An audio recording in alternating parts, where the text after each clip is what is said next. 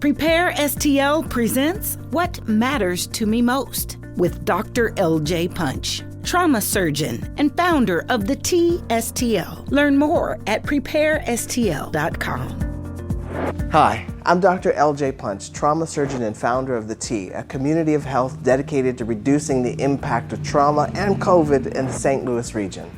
Today, I am sitting with my friend, Ciearra Walker, to talk about the latest news in COVID-19 that you've all heard a lot about, but might not know what you want to know about. That's the Delta variant. And we're also going to talk through what it means for our young people to be making the decision about vaccination and health in this second year of the pandemic. We are not going to just be talking about what we think you should do. We're going to be talking about what you want to know and what matters to us most. CJ is ready, so let's get started. What matters to me most? CJ, welcome to the T. It's great to have you here on the couch for a conversation about what matters to you most. I'm so happy to have this time with you. We have known each other for a little while. I feel like I met you when I was really just getting a start in understanding the St. Louis community and the face of community health in the region. Tell everyone a little bit about yourself so we can get to know you more, not just the CJ professionally, but who you are day to day. Most people call me CJ, so I love that. I come from Detroit, so I'm not a native of St. Louis, but I've been here for about 3 years now. And my passion is pipeline. But what I mean by that is I come from Detroit, as I mentioned, but I come from a single family household, meaning, life was not always glamorous nor easy. So community health has always been really big on my heart. I worked in Detroit for a little while, had the opportunity to go to Howard University. So Black education is something that's very important to me, and just building and reaching back, because I come from a space where I'd never seen where I'm trying to be. So I recognize that the opportunity to reach back is really where I view success. So coming to St. Louis was totally on the whim. Actually, my husband got a job promotion. He was my fiance at the time. And that brought us to Missouri. We had never even driven through the state before. And once I got here, I was instantly in love. Like the opportunity, the people, the culture, it's so different from Detroit, but yet it still has this space to feel like home. So professionally, a lot of times people will see me as they call me a disruptive innovator. So I'm all about shifting the needle, moving the needle, and making sure that whatever needs to happen for the people that I serve happens. But outside of all of the professional space, I love to dance. I love to cook. I enjoy being with friends and family. I have a younger sister who's 18, and I'm not too far from her. I just turned 27. So for me, I'm trying to make it very apparent that I'm not too far from many of the people that I'm serving in terms of lived experience and age. So it just feels good, to be here and to be able to have this conversation. Reaching back, I like that. Absolutely. Reaching back as you move forward. Absolutely. Right now, you are doing a lot of different things professionally, including you're in school. Yeah. As if you didn't have enough to do. I didn't think about that. Yeah, I forgot about that part. So in the region, I work at the IHN, so the St. Louis Integrated Health Network. My commitment is really scaling and sustaining the community health worker workforce. So that's how the community health really is able to stay near and dear to me. But I also am pursuing a doctorate in public health leadership. So after Howard, I went to Emory to get my master's in public health. And then shortly after, I continued to University of Illinois, Chicago to now pursue my doctorate. So public health is all what I'm about, but specifically, what does it mean to do community solutioning through partnership and equity? So that's how I get to community health. Wow. So your lived experience, your walk on this earth, I imagine the things you have experienced have been very influenced by your community and also the infrastructure, the public supports around you. Absolutely. And now you're part of setting the record straight and getting solutions into the hands of people right where they are. You see the power of it. And I love that because, COVID has brought the value of community solutions to the forefront in a way that has really challenged systems and institutions to wake up to. Absolutely. We worked together on the Prepare STL campaign from early on. Tell us a little bit about that campaign. So Prepare STL is a unified communications and outreach campaign. And to be totally honest, it was one of the best things that happened to me during the pandemic. Because if you think about it, I'm away from my entire family. I have nobody here besides my husband and those that I've now made fictive kin. But prior to that, I had no bloodline. So to think about a global pandemic and I don't have access to those that I care about the most in terms of my family. So to do the work of Prepare STL here made me feel like I was doing work globally because I saw our impact and I was able to take the learnings of that campaign and then transfer it verbally or, share some of our flyers to the people back home. So knowing that I was staying committed in the cause allowed me not to feel defeated by it. But I have to be transparent, like as a member of the younger generation, there were a lot of times where I felt unseen or unheard. And it was only the Prepare STL table that allowed me to feel like I was doing some due diligence to those that I represent because there was a voice there. So Prepare STL was an opportunity for me to be joined by a lot of community leaders, a lot of community organizers, a lot of people like you, Dr. Punch, who really had a commitment to making sure that our community stayed prepared, hence the name. Yeah.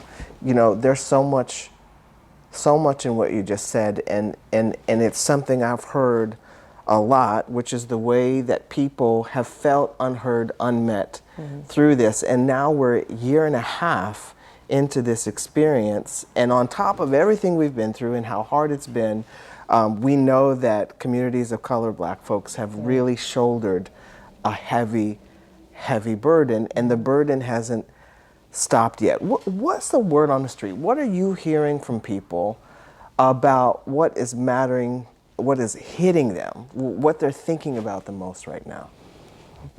It's a lot. I say what I hear the most is still this conversation around vaccinations. Like, do I get it? Do I not get it? And that hesitancy, honestly, is coming based on what happens after I get it. There's so much ambiguity. Like, we know a lot about the why. We know why people are getting it. They may want to feel safer. They might want their loved ones to feel safer. But the conversation kind of gets quiet after they actually get the shot. So a lot of people that are in my social network, they're like, well, what's the reaction? Like, what are the results? And then I'll be honest and say at the beginning of the pandemic, we knew about the various strains that were to come or that were already existing. Yeah. And now we are hearing about a new strain that apparently has some roots here in Missouri, but also is very vigorous. So when you think about social media, which comes with a whole bunch of propaganda on top of the fact that we already knew new strains were going to come, sometimes it gets hard to understand how severe or how serious you should take the new strains that pop up because they were expected, quote unquote. So this similar concern around two separate ideas. Number one, like, okay, vaccine or not, what's really going to happen to me? Right. And, okay, COVID or not, what does this new strain really mean? Right. Is it really a hype or is it Right. not so much a hype? Right. And it's so hard to know how to think about that when you got information coming from so many different places. And then think about it, like if I've lasted these 18 months, Right.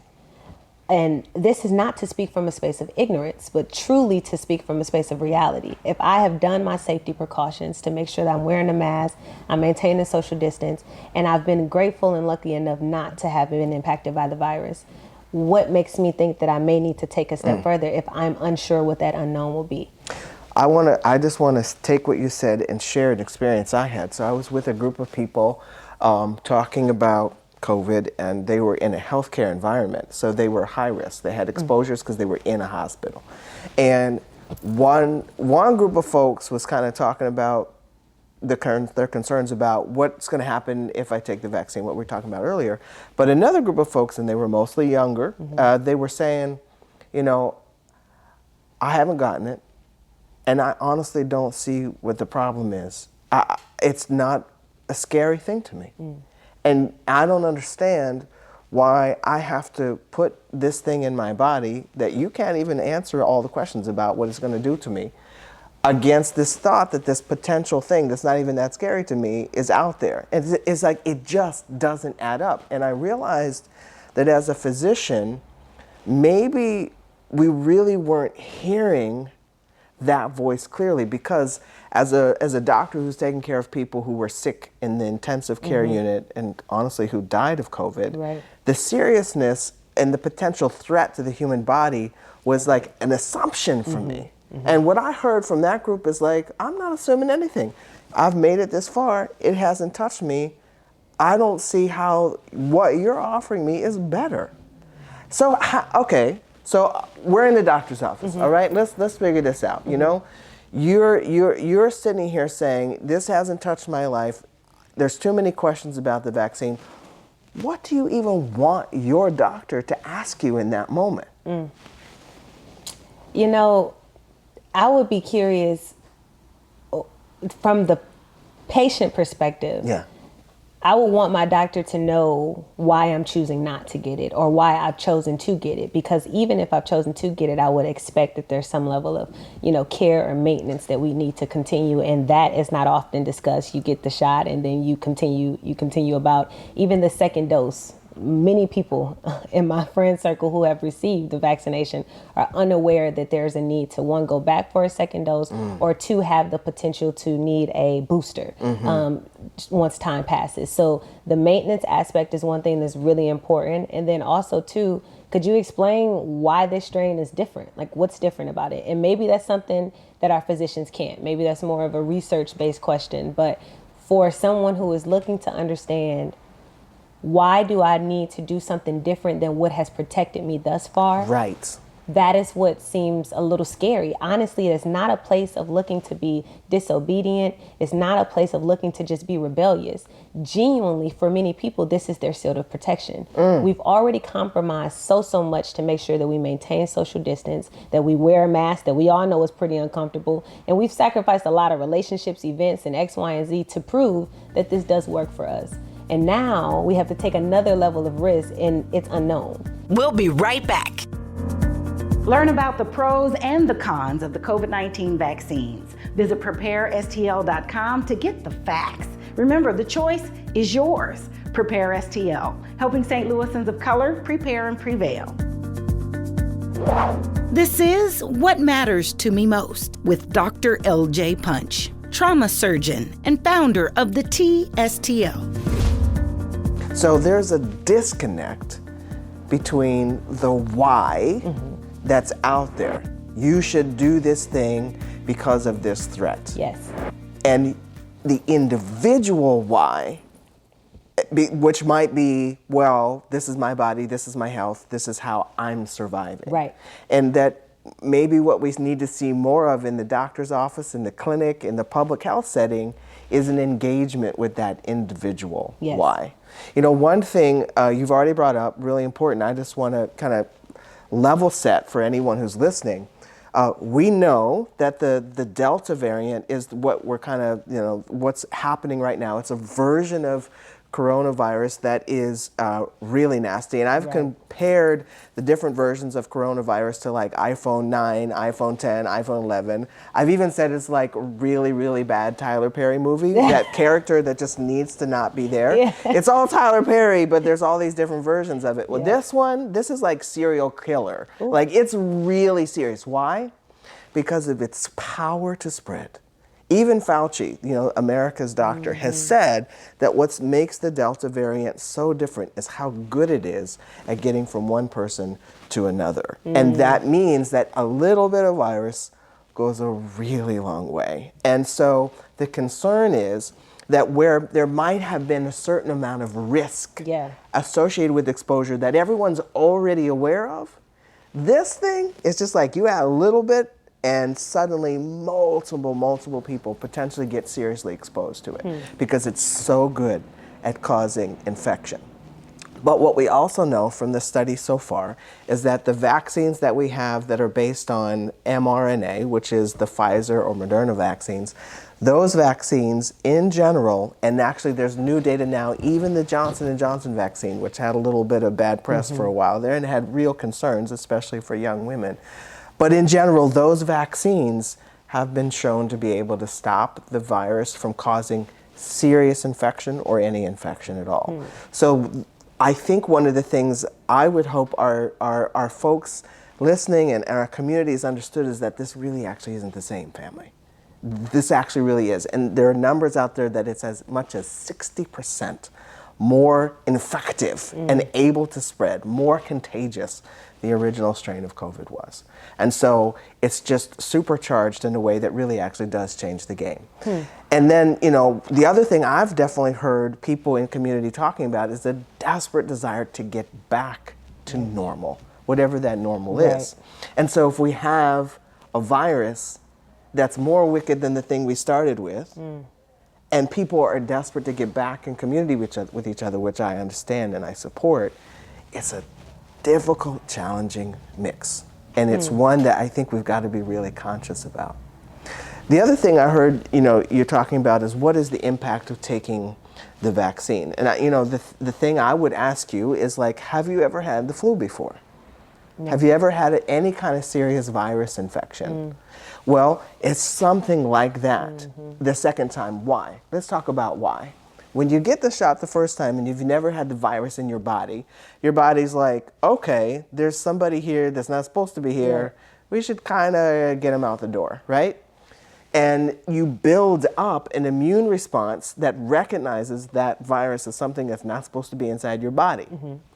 The second time you get that introduction, the bouncer is at the door.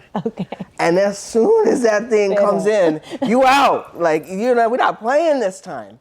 And the thing about it, I don't think a lot of times people understand, when you get sick, getting sick is really your body's response to an invasion. It's not the invasion itself. So when you get the second shot with the vaccination, it's almost playing out the same scenario as your body's response when you get sick in the first place. And I understand not wanting to experience that. Why would I want to experience 1 to 2 days of feeling like I have the flu, having my body revved up like the bouncer at the door to this invasion when I've been fine for a year and a half before? Yeah, how does that hit you when I put it out like that, CJ? It shakes me up a little bit because I start to think about the why differently now. Because it's not about me anymore. It's kind of how I feel. Based on your response as to why the Delta variant is so important, because the ability for it to transfer so rapidly now gives me this sense of community care. And the sense of, well, if I can be a shield of protection for someone else that the mask can't do, it then opens a different level of receptiveness to the conversation, because I now see it as, well, if my body is able, and maybe the second dose may put me down for a day or so, but there's a chance that somebody whose body is not able, that virus can take them out. It makes me feel a little more compelled to contribute to community care, because originally the vaccine felt like individual choice, which it is. So as long as I feel like the vaccine will not protect me further, maybe I don't need it, right? Like that is the mentality. But when I hear about, well, hey, this thing is moving faster than other strains have, it puts a different perspective, at least for me personally. And I don't think it's been expressed that way. It's almost like the conversation switched from what matters to me most to what matters to us most. And you know, even the decision to wear a mask, ultimately is still more about protecting the people around you. Absolutely. And that's what just clicked to me. Right. Absolutely. You know, I understand the fear of the unknowns, but we have more and more and more data coming in, because now this vaccine has been inside human bodies since last July in these larger studies. So we're getting longer term results to know that they are safe vaccines. And I understand the hesitance in January when it was like, I don't know about this thing, but now we're in July and it's a different picture. We have 6 more months of information. And I will say that both the Pfizer and Moderna companies have said that a booster shot probably is going to be appropriate for people at 6 to 12 months out, which is also something that I know is on people's minds. It's the same kind of thing that's happened with the flu vaccine. So let's change it up, because, you know, you as an adult, admittedly a young adult, have really been thinking about your health in a way that's powerful and communal. What about our babies? We've got two groups of young people, age 12 to 17, and then those under 12, who are getting through the summer, thinking about a new school year. Parents, families really struggling, and them as individuals struggling with the decision of what to do with the vaccination in their body. We know that if you're 12 and older, there are vaccines that are approved, and we know for younger ones, the studies are still continuing. What does the doctor, again, need to ask to understand what that young person is thinking about when they and their family are making the decision about the vaccine? Ooh, that's a two-part question. Okay. Because I think that there's some intentionality that definitely has to come from the family side that can then be supported by that of the physician. Because I think it's really important for the physician to understand, what does the child even know? But the child would have to have some conversation with their guardian in order to know something. So I think that working in tandem is pretty powerful. But from the physician perspective, knowing what that child knows, like, what do you know about the vaccine? Or like, what hesitancies do you have? Or, you know, is there anything you're curious about? What questions might you have? And then genuinely asking them, how do they feel today? And the reason that I ask how do they feel today is because white coat syndrome, one, we all know is real. Yes. I have it too. So we all know that that's real. So I expect that our younger generation definitely may have some. But then two, so many, I mean, every day you wake up and you feel different in this pandemic, right? So knowing how they feel today gives you an opportunity to really see where their mind is. Like, is it clear? Are they upset because they didn't get the cookie before they walked in? And then this conversation is kind of going to go out. And then it allows you maybe even to pass the baton to the family and support the parent or the guardian and how they can continue that conversation at home.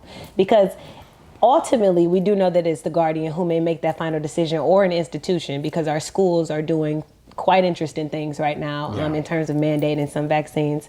But I think the hardest part from a youth, and I've seen it, I've heard it, I've talked about it, is not having that opportunity to have a voice. Like, whether your choice is the choice that the parents go with, just at least having the opportunity to have conversation. And I'll give an example. My younger sister is 18. She attends Clark Atlanta University at HBCU. She's a volleyball player, college athlete. She was not able to go on campus the first semester because of the coronavirus, so she came to Missouri with me to do a work from home semester. Okay. Finally decided, hey, the university opened up. She was an athlete, so only certain people even got clearance to go back on campus. Okay. She was one of them. So she returned on campus second semester. She leaves at the end of the year and then randomly gets an email that tells her if she would like to return, she must be vaccinated. There was no conversation. There was no discussion as to whether or not she wanted to live on or off campus. The conversation was, if you choose to come back in the state that you did, you must be vaccinated. So now her scholarship is in jeopardy, her status as a college athlete, her opportunity to experience HBCU, and at no point did she even get the chance to consider what vaccination looked like for her. So literally the opposite of what the interaction should be, a mandate instead of an engaged message. Or maybe an engaged message with, like we said, a greater why, or a transparent why. And not this lip service of is what you're supposed to do, but why is it what we're supposed to do? Because you live in a close confinement with X amount of people, and the Delta variant has proven to be this amount, you know, more spread faster. Like, give us a little bit extra, because ultimately it feels like there's no room for us to make a decision. Ultimately, it feels like there's no room for us to make a decision. That, I think, sums it up, and it's what we've got to bring into the health conversation. What are you worried about? What do you know? How can I help you understand the facts so we can make a decision together about what's going to work for you, your family, your kids, and, as you brought up today, our whole community. CJ, thank you so much for spending time with me today to talk about the Delta variant and what it means as a young person to be making decisions about vaccination. My pleasure. What matters to me most? There is no room for us to make a decision. That is the voice of young people today in this now second year of this global pandemic, and it's a voice, family, we cannot afford to not hear. We need to create space for our children and youth to ask the questions that they deserve to have honest answers to, and not present people with one-sided mandates about how their bodies are going to thrive in this second year. The truth is that we need everyone on board for our communities to be well, but we don't get people on board by telling them how they should feel and act. We get people on board by pulling them in closer and making sure they know how much we care about their perspective. That is the power of our youth, and a power we can't afford to give up on. I'm so glad we had this time to reflect on these still yet trying times, with the hope that with time, love, and attention to what matters to us most, we're going to continue to find a way forward in the setting of the pandemic. Thank you for engaging. Thank you for continuing to do the work. Thank you for being our community. What Matters to Me Most is a presentation of Prepare STL.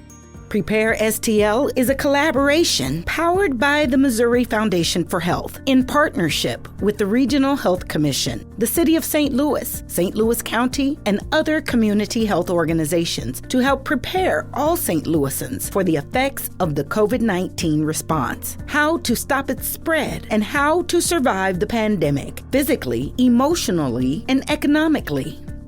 Don't miss an episode of the What Matters to Me Most podcast with Dr. LJ Punch, trauma surgeon and founder of the TSTL, for the latest conversations on COVID-19 and STL, vaccines, racial health disparities, physical and emotional well-being, and more. Download the podcast at preparestl.com or wherever you get your podcasts. Executive producer, Vector Communications. What Matters to Me Most is another positive production of Rare Gem Productions.